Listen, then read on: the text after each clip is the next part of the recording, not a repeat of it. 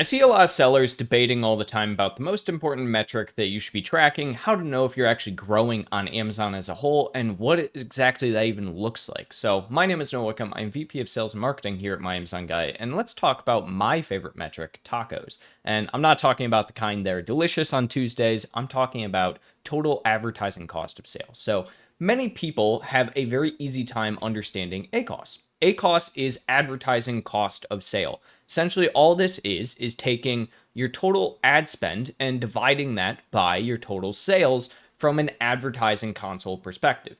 This makes it super simple for us to just be able to see exactly how much we are spending to generate revenue on Amazon. Now, a lot of other advertising platforms will use other metrics at the end of the day. So, one of the more common ones that you can also look at on Amazon would be your ROAS, so your return on ad spend.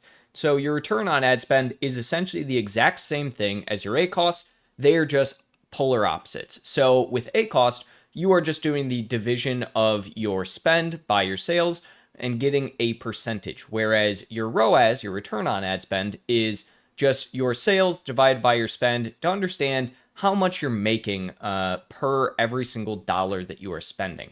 So, for instance, in this case, we are spending about 30% of whatever we make on sales on advertising. You can see that from the 99.88 over 30,000 is 32% of the total spent. Now, for ROAS, it's exactly the same. It is just taking this, dividing it by this, and we get 3.1. So for every dollar we are spending on ads, we are making $3 in return. Now, there is no perfect number, so to speak, for every single person as to what is a good ACoS and what is a good ROAS.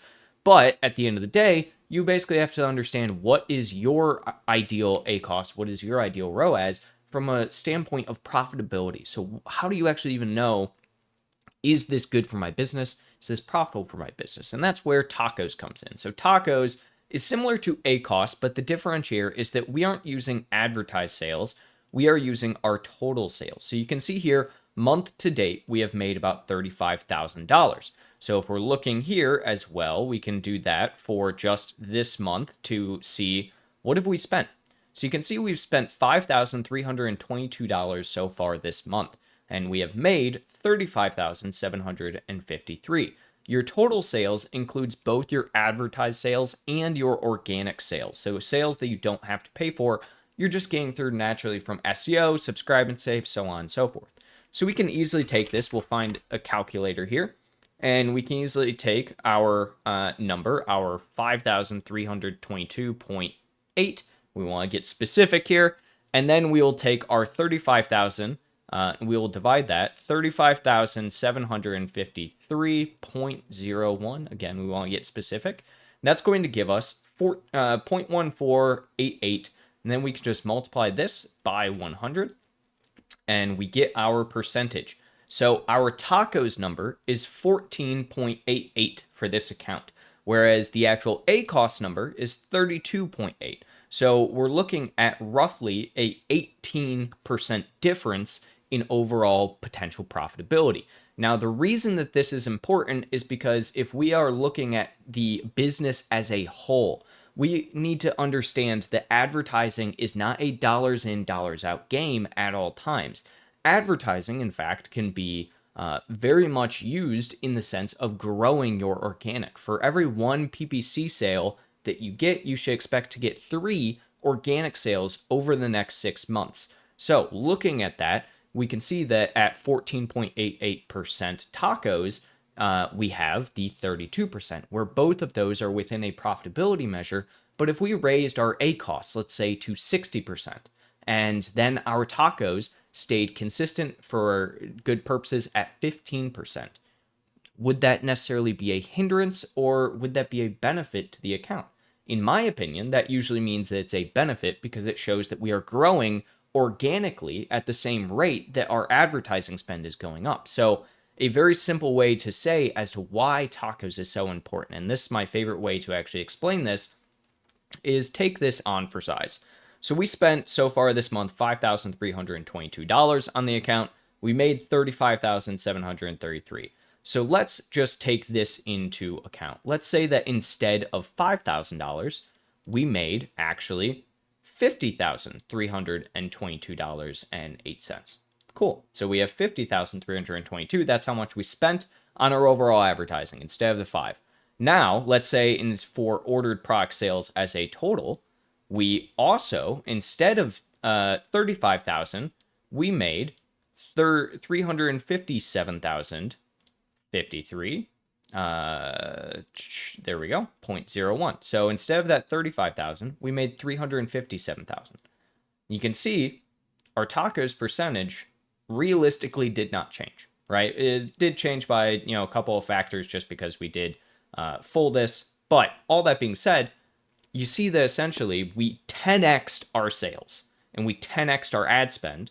Overall, our TACoS stayed the exact same. So our profitability stayed the same at the end of the day, even with 10x the amount of ad spend.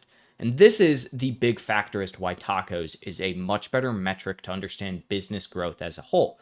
Because if you are 10xing your ad spend, but your sales also 10x as a result, is there an issue? No, typically there isn't. Because what we're going to end up seeing there is that our organic is raising at the same exact time as our ad spend. And so we are essentially are making nothing more than just more cash from a cash flow perspective overall.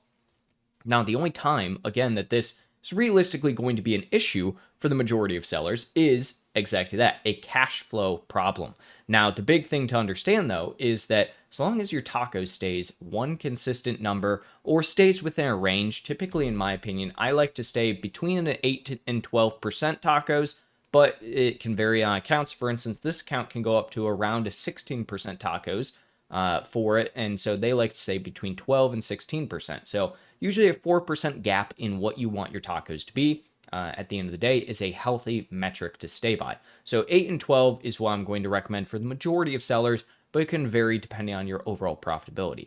Is the most important metric for you to actually understand and actually track on your Amazon account, just from the aspect of it tells you a much larger picture from your total sales velocity. Now, there are a lot of people who will tell you things such as things like POAS, which is profit on ad spend, which could be a decent metric at the end of the day, or they will tell you like TACoS, which is total profit on ad spend, right? And, it's one of those where it can depend on what you really need from a business perspective, especially if cash flow is your biggest issue at the end of the day.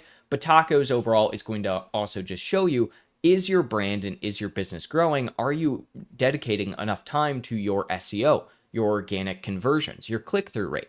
Because all of those factors come into the organic equation at the end of the day. So TACoS is by far the better metric from an Amazon account to track comparatively to ACoS. And that is not to say that ACoS is not something you should be tracking, but it will depend on every single person. You don't want to have 200% ACoS at the end of the day if, even if your TACoS is sitting at a 10%, because you likely at that point are just wasting money comparatively to what you could be doing with that money instead. So next time you're looking to try and understand how you are performing from an SEO perspective, organic, and if you're growing, take 1 month and take another month and compare your TACoS numbers comparatively to your actual ACoS number.